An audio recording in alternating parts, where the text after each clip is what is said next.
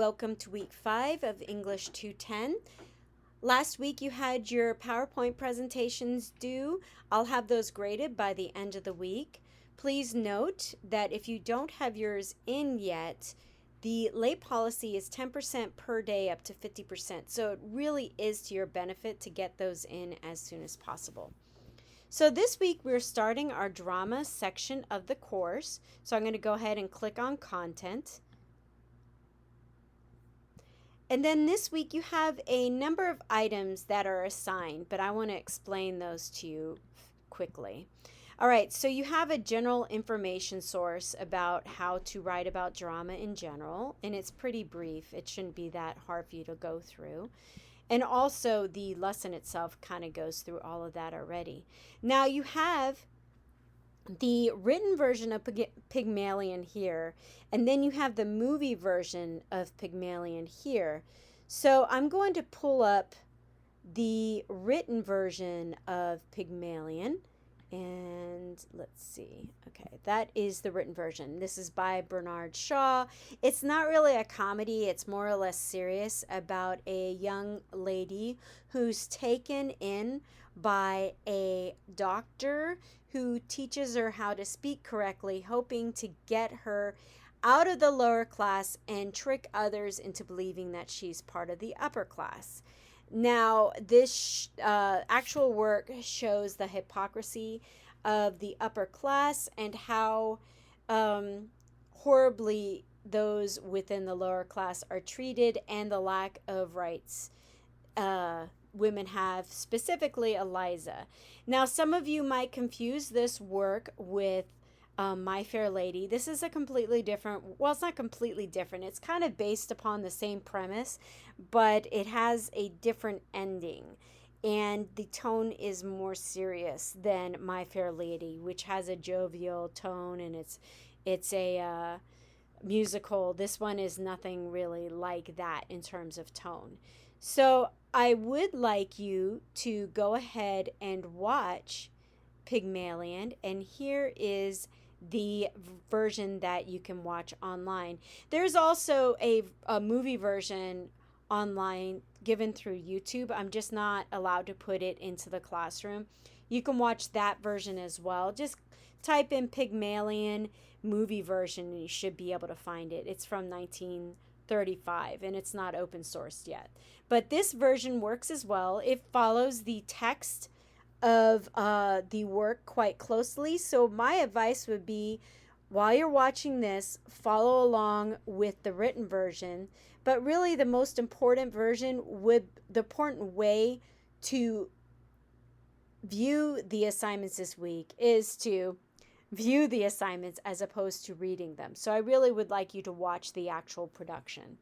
And the same holds true with your other reading, which is The Importance of Being Earnest. You're probably going to find this one a little more fun than Pygmalion.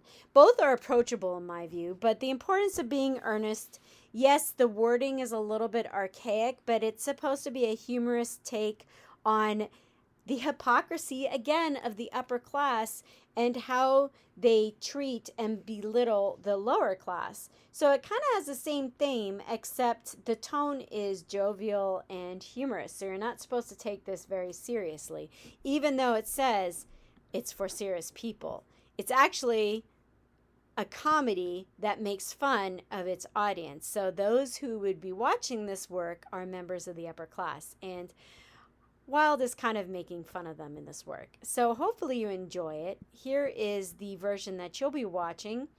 There's also a movie version of this as well. However, it is not freely available online. And I tried to look for it on Hulu and Netflix, and it's not available. If you do feel like renting it, you can. But this one follows the text really well. So you can go ahead and look at the text, but then follow along with the movie version, which gives you an idea of how things are produced anyway, and it probably is more fun for you to actually watch the movie version. All right, so let's go. I do want you to go ahead and go through the readings this week. I'm going to give you a little bit of background about some of the components of the lesson that I feel is important. First is setting. and we'll be discussing this in the forums this week. The setting is important in a work in that sometimes it's very detailed and sometimes it's not detailed at all. So let's take a look at the two readings this week. So first you have the importance of being earnest, and let's look at the setting for that. It's a morning room in a flat, and it's very luxurious. So it's not overly detailed, right? And this should be fairly easy to put on and easily interpreted.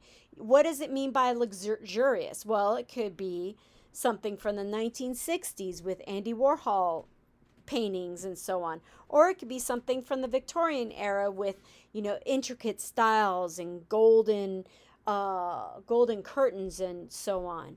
Now let's look at the setup for Pygmalion, and it's quite a bit, it's not hugely detailed, but it's a little more detailed. You have to have rain, you have to have a cab whistling, you have to have pedestrians in their evening gowns. They're all looking a certain way, so it is quite a bit more detailed, so it's a little more difficult to put on. So that would mean, in many cases, you could have different interpretations of the importance of being earnest. You can even put it in different time periods, but this one really, you have to put it in the early 20th century because the settings are very detailed and they're specific for the 20th century. So let's go back to the lesson.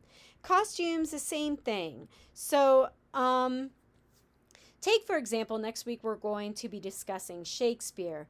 The costuming in Shakespeare can be very varied. For example, you could have a Henry VIII that's put into Elizabethan era costumes, but then you could also have, Henry V that's put into Elizabethan era costumes, or you can have a Henry V that's even put into Star Wars-like costumes. And I've actually seen a Star Wars version of Henry V.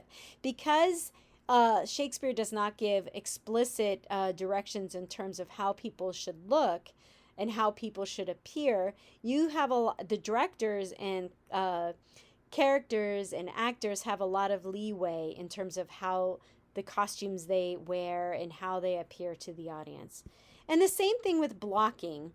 So often you find works that sometimes say where people are. And so, for example, enter Lane, enter Jack, Lane goes out. So that's not necessarily blocking as terms of where they're supposed to be on the stage, but it tells you where they're supposed to go in and out.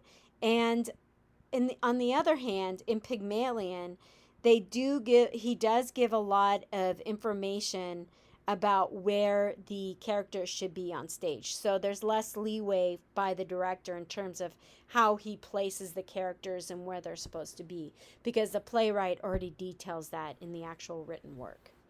So let's go back. Okay. So this basically goes into how the performances can vary depending on the director. And in actuality, plays and other literary works can be very different in terms of how their interpretation. So in terms of different versions, you can have a director who interprets a work a different way. You can have actors who present characters in a different way. And so think about movie productions. You have new movie versions of like Dune. There was the novel Dune, and then there's the Dune that movie that came out in the 1980s, and there's going to be a recent version of Dune, and all those look completely different. The same holds true for King's The Stand. There was a miniseries of Stephen King's The Stand that came out in the 1980s, and there's a recent version too, and both of those look very different from each other simply because the director and the actors in the setting are all different as well. So all of those components can affect how a dramatic work is interpreted by an audience. All right, so let's see if there's anything else.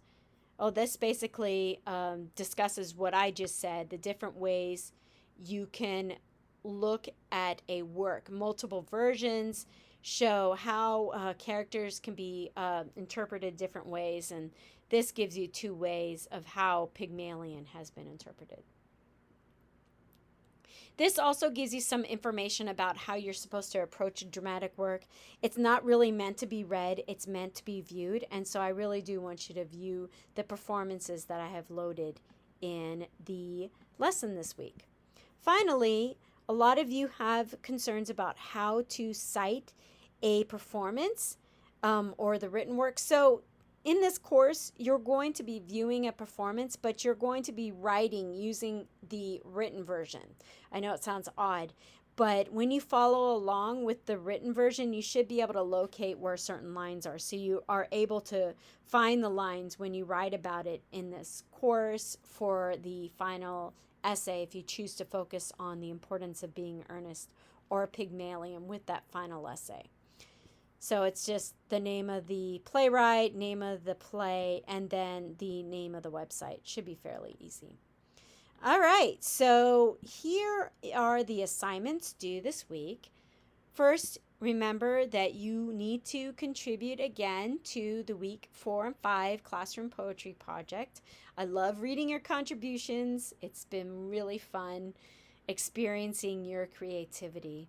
Then you also have a discussion this week. And there are 3 threads that I want you to focus on. So you need to post 3 times. First, you need to post on any of these threads before Friday, basically. And then you need to post to the other 2 after that by Sunday. So basically, you're not adding an initial post this week. You're just posting 3 times.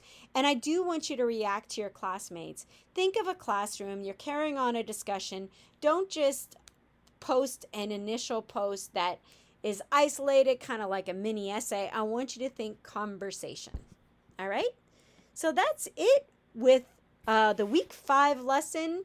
I'm looking forward to reading your discussions online.